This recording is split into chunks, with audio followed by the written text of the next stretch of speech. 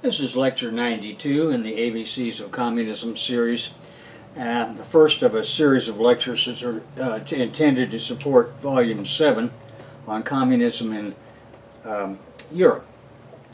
And we're going to start with the Iberian Paleolithic, and we'll move through, in the next 6 lectures or so, we'll move through the Paleolithic of all of the European countries, which is the period of primitive communism. Of the hunting and gathering variety, both of the most primitive form of hunting and gathering, and then a broad spectrum wild resource hunting and gathering. To begin with, I want to point out that there are at least 20 early Paleolithic sites from the Urals to the western frontiers of the old USSR. Now, the 5 I selected to present to you today have one overriding commonality. Homo arrived here by 2 million years ago.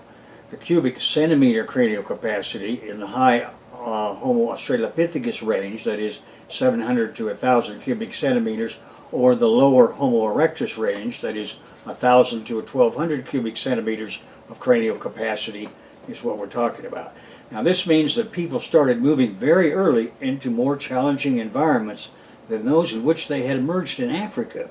And we have seen that this early movement represented a de facto need to dump unnecessary productive time into as many survival modes of production as possible, thus preventing surplus social product accumulation.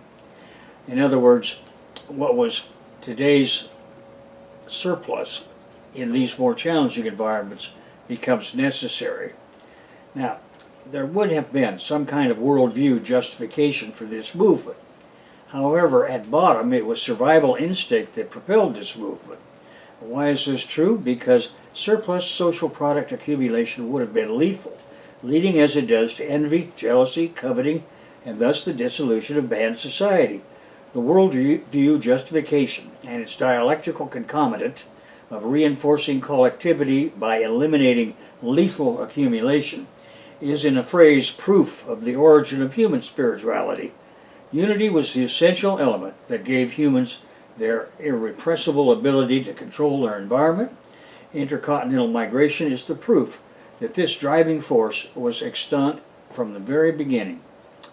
Now let's take a look at Portugal, the first of the Iberian countries.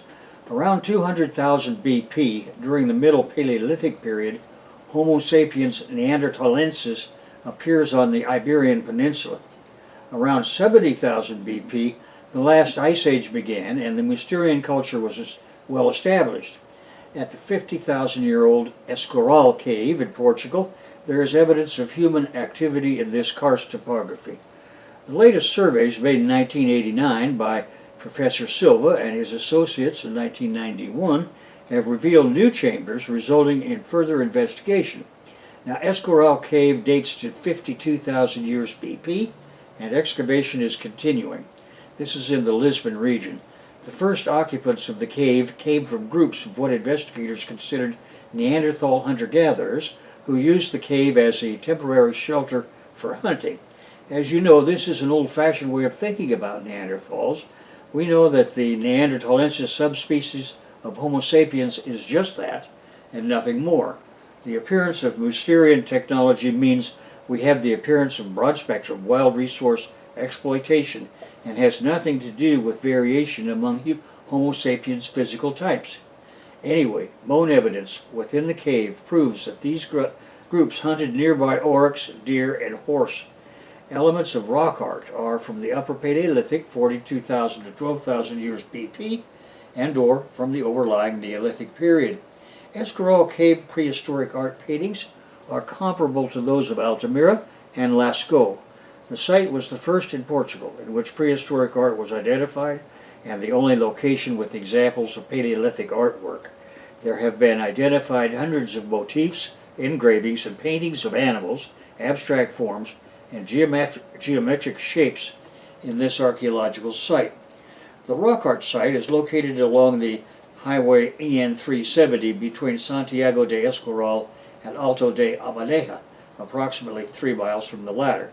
The archaeological site is found in an isolated rural location between the Tagus River and the Sado River basins and the plains region of the Alentejo. Now, around 37,000 BP, the Upper Paleolithic Celto-Caronian culture period began. From northern Iberia, this culture extended into southern France, lasting only until 30,000 BP. Homo sapiens neanderthalensis were present in Iberia until at least 30,000 or 29,000 BP. Artifacts of this period are found at the Portuguese Colombeira site and another Portuguese site, Figueira Brava. We have what are described as Mousterian tools and human tooth investigators classified as of the subspecies Neanderthalensis. However, most important is the Portuguese cave of Salemos near Lisbon. The natural cave of Salemos is located in the open of a limestone cornice at the top of the eastern slope of the valley, carved by the Lusa River on its left bank. It is downstream from the village of the same name. It was formed in a meander fissure in the karst topography. It has an average width of 3 feet, extending 100 feet. You may recall that karst topography simply means limestone. Now, there is continuous occupation from the Middle Paleolithic into the Upper Paleolithic. The latter include Aurignacian, Gravettian, and Solutrean cultural layers. The latter includes the distinct Proto-Solutrean and Upper Solutrean strata, and there is a Neolithic horizon on top of these. Now, the cave was discovered and initially explored by Albuquerque and Castro in September of 1959, and then it was excavated by a team of the Geological Survey of Portugal, headed by Vega Ferreira and Camarante Franco, during 2 campaigns, the first in November of '59 and the second in October and December of 1960. The cave presents 2 distinct forms of occupation. It was 1, a local habitat during the Paleolithic, and 2, a place for the burial of the dead in the Neolithic era. Lithic and bone industry artifacts, ornaments, and remains of fauna were found in the Upper Paleolithic levels. The recovery material was kept at the Museum of the Geological and Mining Institute, today known as the Museo Geológico, the Geological Museum. Now, archaeological industries of the Upper Paleolithic in Iberia date from 30,000 to 28,000 BP. The Celto-Caronian evolved into the Aurignacian culture in that period. In 1995, at Zafaraya, a human mandible was dated to about 30,000 BP, and Mousterian artifacts characterized by the classic level Wa technique dated to 33,000 to 27,000 BP. In Portugal's Lower Tagus, there is no indication of gravitization. And now we move on to Spain. Homo erectus entered the Iberian Peninsula in the Lower Paleolithic, as proven by their cultural remains at a number of sites. In 1994, in the Atapuerca region, limestone caves is the cave of Gran Dolina, where 6 Homo erectus skeletons are dated as early as 1.2 million years ago. At Gran Dolina, there is evidence of tool used to butcher animals and perhaps to kill other humans. Fire was used to cook their food. Also in Atapuerca is the site of Cima de los Huesos, or Pit of Bones, where excavators have found the remains of 30 humans dated to about 400,000 years ago. The remains of young adults and teenagers being less than 1 million years old, and following the schema we are using in this series, means they are Homo sapiens. They are in association with 1 stone hand axe. The deliberate burial of the human remains is supported by the absence of housing at the site. Now, Homo sapiens neanderthalensis remains have been found at a number of sites on the Iberian Peninsula, including the skull, found in Forbes Quarry in Gibraltar in 1848. Subsequent Homo sapiens neanderthalensis discoveries in Gibraltar include the skull of a child. Human coprolites, that is, dried turds, are associated on top of baked mussel shells. La Obreda Cave in Catalonia contains Aurignacian cave paintings and early human skeletal remains in association with fossilized fish vertebra. Now, these vertebrae are of the genus Salmo, and Salmo is a genus of fish in the salmon family, Salmonidae, that includes the European species of salmon and trout, and among them the familiar Atlantic salmon, Salmo salar, and the brown trout, Salmo truta. In this case, the species were Anguilla, Barbus species, Leuciscus species, Rudula species, Salmo salar, and Salmo truta. The vertebrae were distributed at various archaeological levels. In the highest proportion are Salmo-Truta, especially in the upper Gravettian level. The brown trout is a European species of salmonid fish that has been widely introduced into suitable environments globally. It includes both purely freshwater populations, referred to as the riverine type, Salmo-Truta fario, and the lacustrine ecotype, which is Salmo-Truta lacustris, also called the lake trout, and an anadromous form known as the sea trout, Salmo-Truta truta. The latter migrates to the oceans for much of its life and returns to fresh water only to spawn. Then at Zafaria there is a sudden decrease of fossil fish bones in the Solutrean level containing diagnostic shouldered projectile points. This decrease coincides with the period of declining annual temperatures. Finally, the post-glacial Terra Rossa level is characterized by the absence of Salmo-Truta remains, and the Salmo-Sola remains in the Iberian Cave are from fish caught in the Atlantic rivers on the northern Pyrenean slope and then transported to the areas studied. Now we go to the early Upper Paleolithic in Spain. The chattel Caronian culture is found in the Cantabrian region and in Catalonia. The Aurignacian culture succeeds it and has the following periodization. First, the Archaic Aurignacian, found in Cantabria at the Morine and El Pendo caves, where it alternates with Chattel-Caronian, and in Catalonia. The carbon-14 dates for Morine Cave are relatively late in the European context, that is about 28,500 BP, but the occupation dates for El Pendo, where it's older than the Chattel-Caronian layers, must be of earlier date. Now, typical Aurignacian is found in Cantabria, in Morine, El Pendo, and Castillo, the Basque Country, Saint-Emilion, and Catalonia. Radiocarbon dating gives the following dates: 32,425 to 29,515 BP for those sites. Evolved Aurignacian is found in Cantabria at Morine, El Pendo, El Otero, Hornos de la Peña, Asturias, El Sierra, El Conde, and in Catalonia. The final Aurignacian is found in Cantabria at El Pendo after the Gravettian interlude.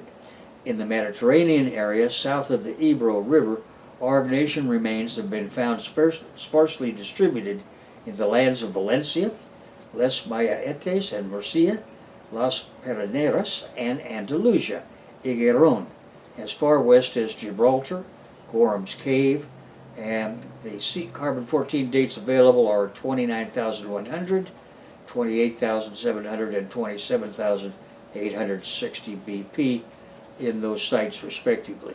The remains of a child dated to 24,500 BP, known as the Lapedo child, were discovered in Lagar Velo and Latria municipality. The cranium, mandible, dentition, and postcranial bones present a mosaic of European, early, modern human, and Neanderthal features. Ian Tattersall and Jeffrey H. Schwartz considered as probable the individual was a modern human, part of the Gravettian culture, and I think it's just more proof that Joseph Burtzel was correct over a half-century ago. He proved in his classic textbook in physical anthropology that human evolution, the name of it is Human Evolution and Introduction to the New Physical Anthropology, that Neanderthal is nothing more than a local manifestation of Homo sapiens. The Cat Press and the Cat Money granting institutions are committed in their anti-communist line to proving that there are no laws of universal sociocultural evolution, and one aspect of their silly commitment is to continue the falsehood of competing Homo species, battling it out in a social Darwinian contest for world domination. End of that story. Now, in Spain, to the Middle Upper Paleolithic Gravettian. The Gravettian culture followed the steps of the Aurignacian expansion, but its remains are not very abundant in the Cantabrian area north, while in the southern region they are more common. In the Cantabrian area, all Gravettian remains belong to late evolved phases and are found always mixed with Aurignacian technology. The main sites are found in the Basque Country at Leticia, Bolincoba, Cantabria, Morine, El Pendo, El Castillo, and Asturias, Puerto de la Mina, It is archaeologically dividable into two phases characterized by the amount of Gravettian elements. Phase A has a radiocarbon date of 20,710, and the phase B is of a later date. In Cantabrian Gravettian, it's the same as Perigordian 5 through 7 of the French sequence. It eventually vanishes from the archaeological sequence and is replaced by an Aurignacian Renaissance, at least in El Pendo Cave. It is considered intrusive in contrast with the Mediterranean area, where it probably means a real colonization. In the Mediterranean region, the Gravettian culture also had a late arrival. Nevertheless, the southeast has an important number of sites of this culture, especially in the land of Valencia, which is Les Bayaetes, Parpaló, Barranc Blanc, Maravillas, Cova del Sol, Racha del Musol, and Benito. It also found in the land of Murcia, at Palomas, Palamarica, Marote, and Andalusia, at Los Borseguillos, Zahara II, Cerrón, and Gorham's Cave. The first indication of modern human colonization of the interior and the west of the peninsula are found only in this cultural phase, with a few late Gravettian elements found in the Manzanares Valley of Madrid and Solemos Cave at Alentejo in Portugal. And that brings us to the Solutrean. The Solutrean culture shows its earliest appearance in La Garrie-Haute in Dordogne, France, and Les Bayetes in the land of Valencia, with radiocarbon dates of 21,710 and 20,890 BP respectively, and in the Iberian Peninsula it has three different phases. The Iberian Phases is defined by the sites of Parpallo and Les Mayetes in the province of Valencia.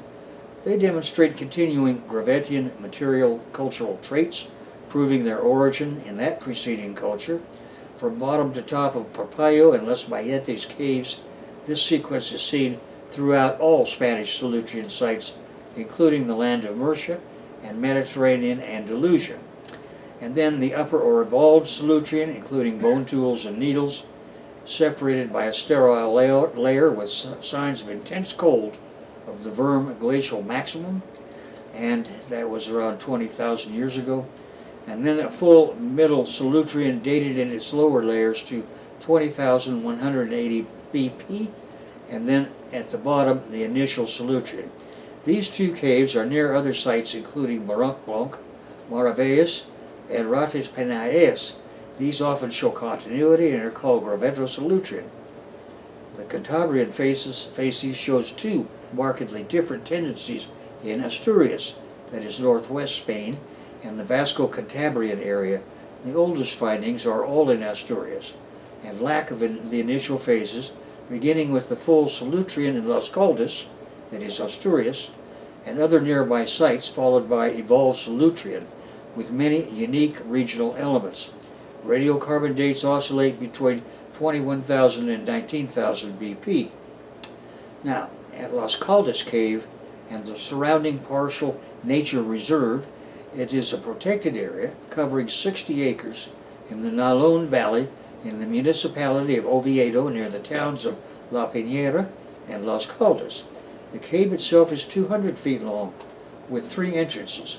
The main cavity is 16 feet high and contains a subterranean river. It is important archaeologically because of its Solutrean and Magdalenian strata containing the Venus of Las Caldas, a Magdalenian antler carving with an ibex's head and a woman's legs and genitals. It may be either a Venus figurine or a decorated atlatl-type device. There is a Paleolithic rock art including two stylized overlapping female profiles on an engraved rod dating from the Middle Magdalenian, and a stone plaque displaying a woman's stylized profile, a whale, and two bisons engraved onto a sperm whale tooth, a high-quality unused rock crystal laurel leaf point, an engraved horse's tooth, and a horse bone carved with bison heads. In the Vasco-Cantabrian area, instead of Gravettian influences, the typical Solutrean leaf-shaped elements are a minority. Some transitional elements that prelude the Magdalenian, like the mono-bisolated bone spear point are already present, and most important sites are Altamira, Morin, Chufin, Salitre, Ermitia, Atura, Nasatikia, and Santa Maminie. This obviously proves Solutrean as predisposed to be Magdalenian.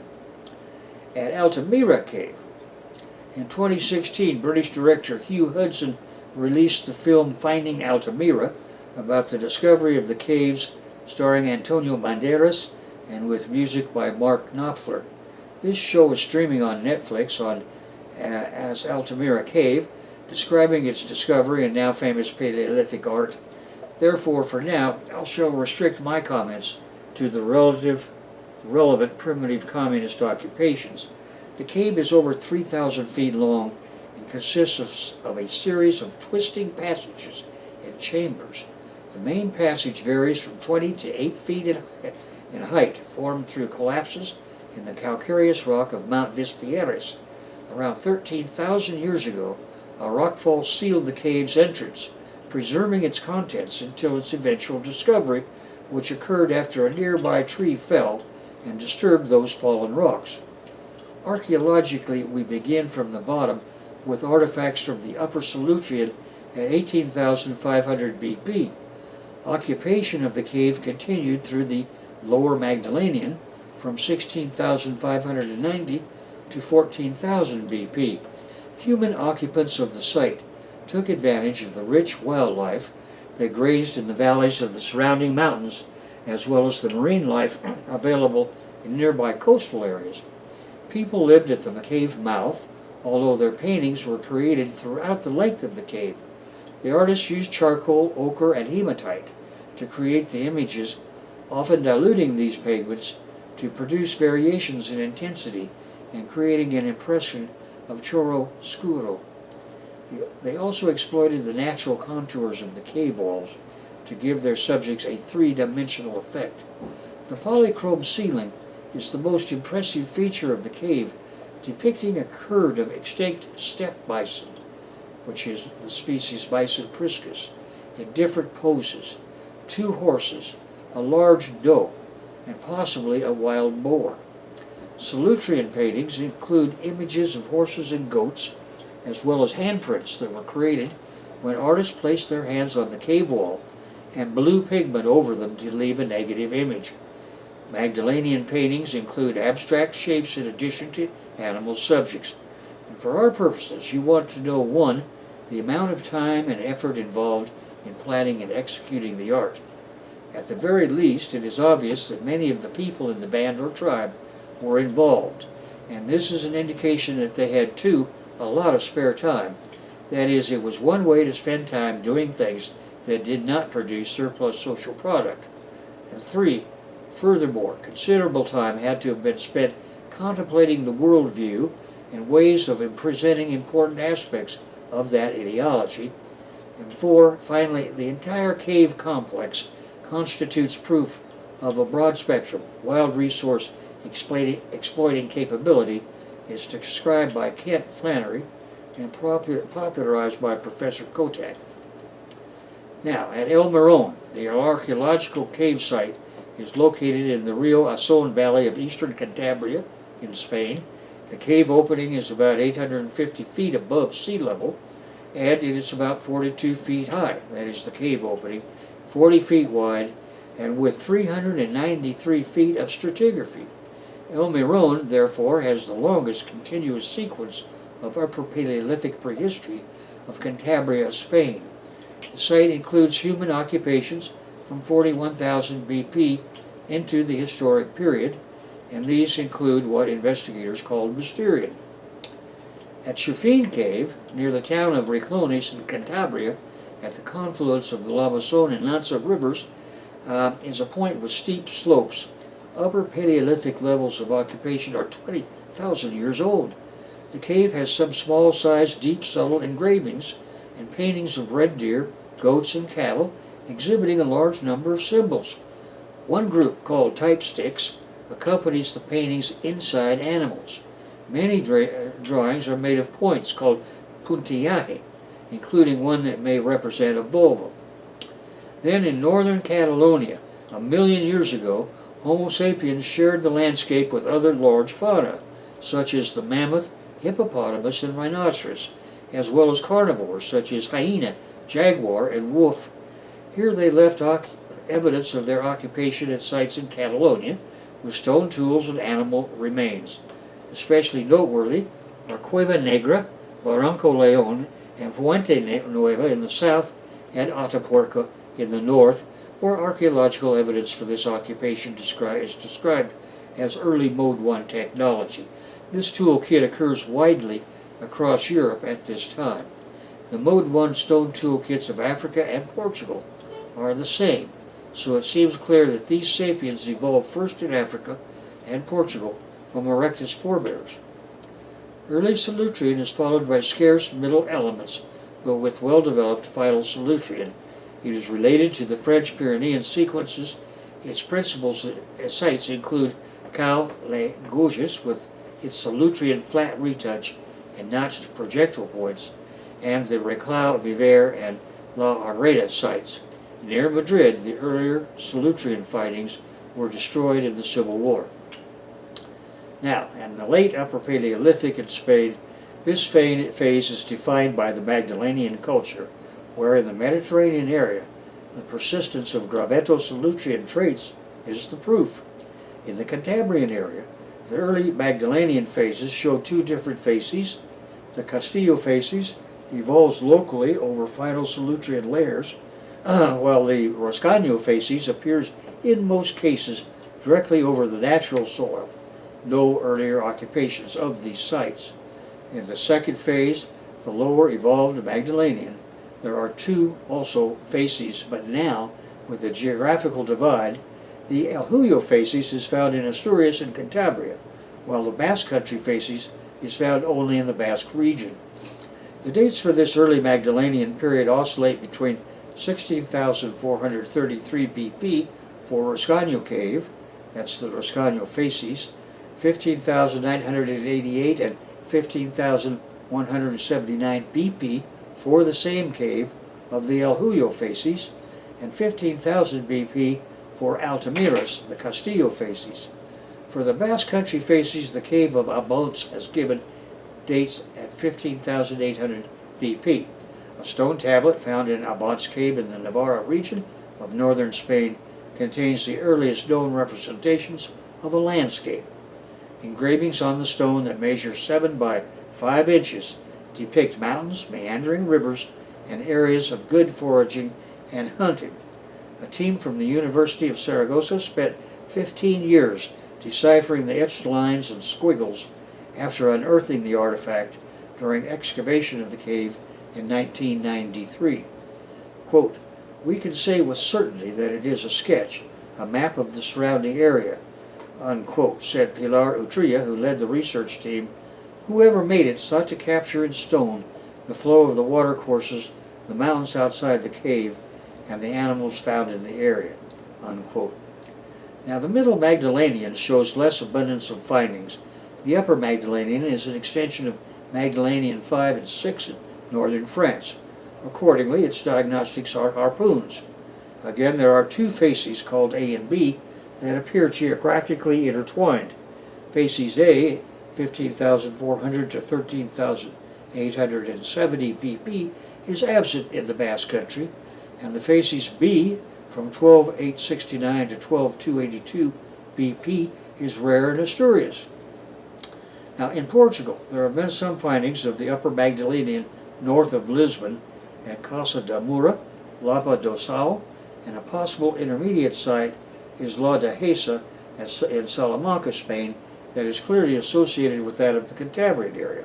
In the Mediterranean area, Catalonia is directly connected with the French sequence in the late phases, and the rest of the region shows a unique local manifestation known as Parpaiense.